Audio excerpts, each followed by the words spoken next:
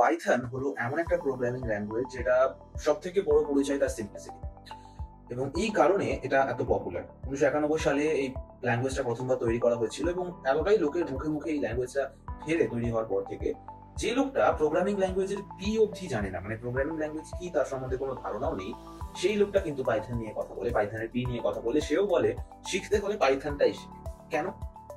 যারা programming language নিয়ে নাড়াচাড়া করেছো বা মোটামুটি জানো যে হ্যাঁ এইগুলো চলে, এগুলো রয়েছে, C sharp, C plus plus, Java, JavaScript, Python, Ruby, আরো অনেক কিছু রয়েছে, তারা এটুকু বুঝে রাখো যে জাভা আর পাইথন এই দুটোর মধ্যে সব থেকে বড় যে ডিফারেন্স সেটা হচ্ছে সিম্পলিসিটি। সিনট্যাক্স লেখার যে ধরন বা যে রুলস, সেইটা নিয়ে সিম্পলিসিটির কারণে পাইথন এত পপুলার।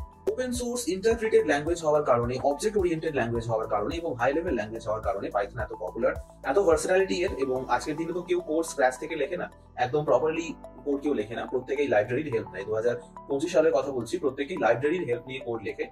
তো এই যে লাইব্রেরি সাপোর্ট বা আমাদের যে ফ্রেমওয়ার্ক, এইগুলোর সাপোর্ট কিন্তু প্রচুর বেশি পরিমাণে পাওয়া যায়। ডেটা সায়েন্স বলো বা মেশিন লার্নিং, কি নেই পাইথনে? প্রত্যেকটা ফিল্ডেই ব্যবহার হয়।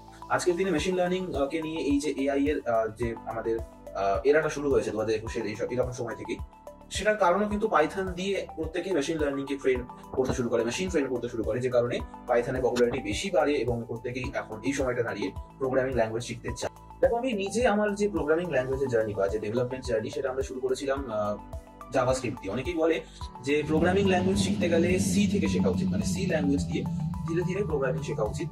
বাট সত্যি কথা বলতে কি, আমি নিজে জাভাস্ক্রিপ্ট দিয়ে শিখেছি এবং আজ অব্দি আমাকে কখনো কোনো প্রবলেম ফেস করতে হয়নি সেখানে। মানে আমি জাভাতে কাজ করেছি, পাইথনে কাজ করেছি, আমি জাভাস্ক্রিপ্টে কাজ করেছি, ল্যাঙ্গুয়েজে কাজ করেছি, আমাকে এরকম মেজর কোনো সমস্যা কখনো ফেস করতে হয়নি। এরকম কখনো হয়নি যে আমি কোথাও আটকে গেছি এবং তার জন্য আমাকে প্রপারলি অন্য একজনের হেল্প নিতে হয়েছে, সে আমাকে পুরো জিনিসটা বানিয়ে দিয়েছে, এরকম আজ অব্দি কখনো হয়নি। তো আমি বলবো যে যে ল্যাঙ্গুয়েজটা কমফোর্টেবল মনে করছো সেটা শিখতে পারো। অবশ্যই তার একটা ছোট কনসেপ্ট নিয়ে নিও যে ল্যাঙ্গুয়েজটা কিরকম হতে পারে, বা কি একটা ইন্ট্রোডাকশন করে নিতে পারো। তারপর তোমরা চুজ করো যে কোন ল্যাঙ্গুয়েজটাই তোমরা এগোতে চাও। এই চ্যানেলেই আমি পাইথনের একটা ছোট কোর্স পরবর্তীকালে নিয়ে আসবো, তাই সাবস্ক্রাইব করে রেখো। যদি সেই কোর্সটা অ্যাক্সেস করতে চাও অবশ্যই সাবস্ক্রাইব করে রেখো চ্যানেলটাকে।